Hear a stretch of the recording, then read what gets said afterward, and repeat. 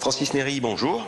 Bonjour. Alors vous voilà encore pour un bon mois sous les feux de l'actualité grâce au procès que vous fait Martine Aubry pour diffamation suite aux rumeurs, appelons ça comme ça, sur sa vie privée que vous avez publiées sur votre blog. Alors d'abord, est-ce que c'était le but recherché d'être sous les feux de l'actualité ? Oh non, pas du tout. Moi, je m'en passerai très bien. Vous savez, mon blog est un blog plutôt confidentiel. Je suis un petit retraité tranquille, hein, je joue à la pétanque pratiquement tous les après-midi. J'habite un HLM dans lequel j'entretiens de bonnes relations avec mes voisins. Je suis très connu dans le quartier. Voilà, donc j'ai une petite vie tranquille avec mon épouse, mes enfants sont loin, c'est tout, voilà. Donc pas du tout. Pour moi, c'est un événement, un gros événement. Mais tout de même, c'est vous qui avez médiatisé par la suite le procès qu'elle vous intente. Vous ne l'avez pas caché, vous n'avez pas essayé juste de négocier, vous en parlez.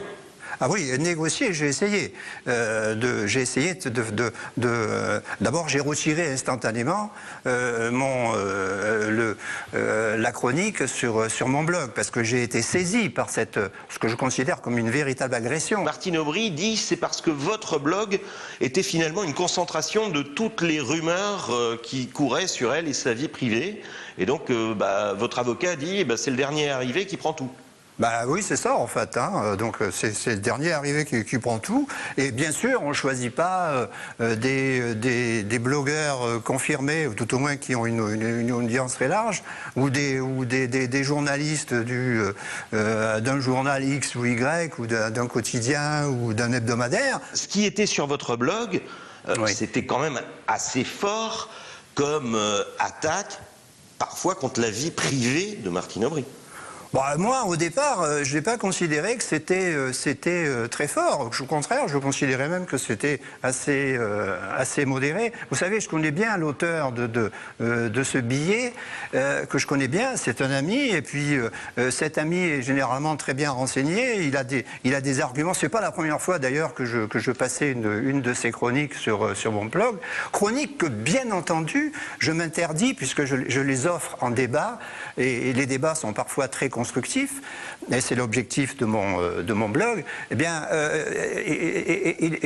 toutes ces chroniques étaient généralement donc très bien informées, très bien structurées, avec des informations qui me paraissaient très fiables, et moi, je n'ai pas vraiment l'impression que j'ai pu être diffamatoire envers Martine Aubry, puisque ça faisait, après je me suis renseigné d'une manière plus précise, mais ça fait au moins 3-4 ans que ces rumeurs circulent sur Internet, sur des tas de blogs.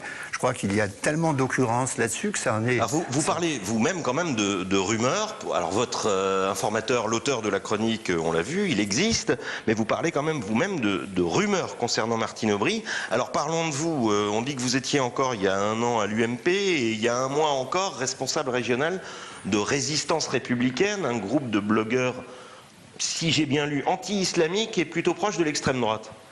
Moi, personnellement, je ne pense pas que l'UMP soit particulièrement proche de l'extrême droite, mais ça se saurait. Mais en plus, personnellement, je ne considère pas que Résistance républicaine, pour lequel que j'estime toujours, hein, bien qu'il m'ait, comme ils disent, lâché, entre guillemets. Moi, personnellement, je suis d'accord avec au moins... Exclu, ils disent exclu. Exclu, oui. Mais moi je répète le terme lâché, parce que j'ai vraiment eu l'impression d'un certain lâchage. Mais enfin, peu importe. Toujours est-il que... Qu'est-ce que dit Résistance républicaine? On dit qu'ils sont anti-islam. Moi, je n'ai jamais entendu de la bouche de Christine Tazin qu'elle était anti-islam. Ce qu'elle dit, par contre, et que je partage, elle dit pas de financement des mosquées, pas de financement public des mosquées, et la charia est à proscrire du langage de l'islam. Moi, personnellement, je partage tout à fait ça. Votre blog, est-ce que si vous êtes condamné, il va continuer quand même ?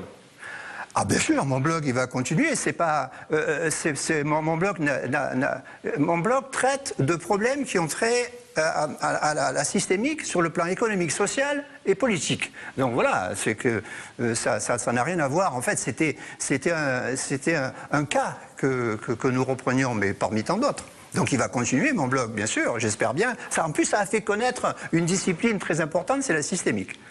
Francis Néry, merci. Je vous en prie.